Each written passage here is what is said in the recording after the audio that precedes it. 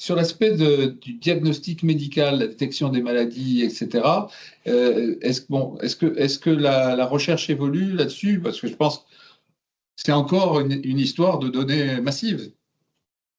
Alors, la recherche, elle évolue beaucoup, beaucoup, beaucoup, puisque, en fait, dans l'utilisation de l'intelligence artificielle et du numérique dans la santé, mais plus particulièrement de l'intelligence artificielle, on a plusieurs classes d'utilisation.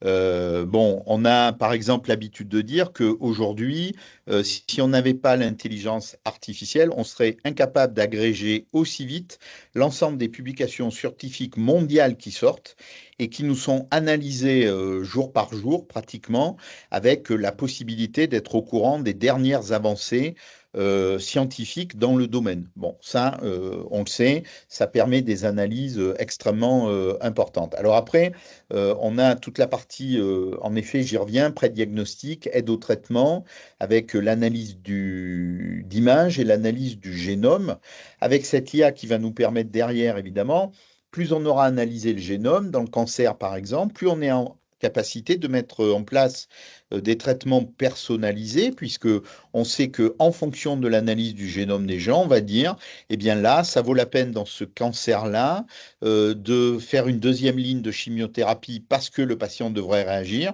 ou c'est pas la peine parce qu'il a très peu de chances de réagir, il aura plus d'effets secondaires que d'effets bénéfiques. Et puis, on sait aujourd'hui que on est capable de fabriquer des biomédicaments qui vont permettre d'adapter le traitement individualisé à chacun de nous. Et ça, c'est pas des choses, c'est pas du fantasme, ça existe déjà. Et puis cette intelligence artificielle, je pourrais détailler, vous donner des exemples. On va aussi l'utiliser dans toutes les techniques de simulation. Et la simulation, ça va servir à faire plein de choses, hein. On dit, jamais apprendre à coudre sur un patient en premier lieu. Moi, je me souviens très bien du premier patient que j'ai recousu. Je ne sais pas s'il était aussi content. Moi, j'étais pas très fier ce jour-là non plus aussi. Et on sait qu'aujourd'hui, cette intelligence artificielle, elle va nous aider à s'entraîner dans la santé, mais comme ailleurs, hein, à faire des choses qu'on n'a plus besoin de faire sur l'animal d'ailleurs ou sur le patient. Et puis on sait aussi que cette intelligence artificielle avec les jumeaux numériques, elle va permettre à un chirurgien qui va devoir opérer avec ses gros doigts un bébé,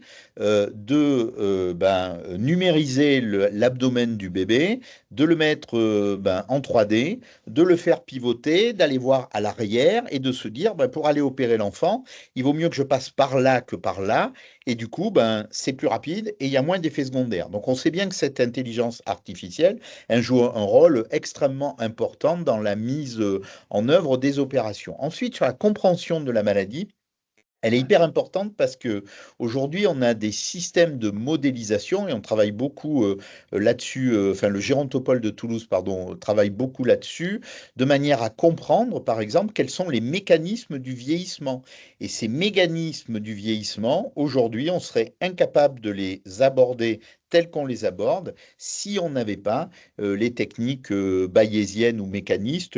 Les spécialistes apprécieront. Je peux détailler si vous voulez, mais je crois qu'on n'aura pas le temps qui vont permettre de modéliser justement l'évolution des maladies et de comprendre cette évolution des maladies.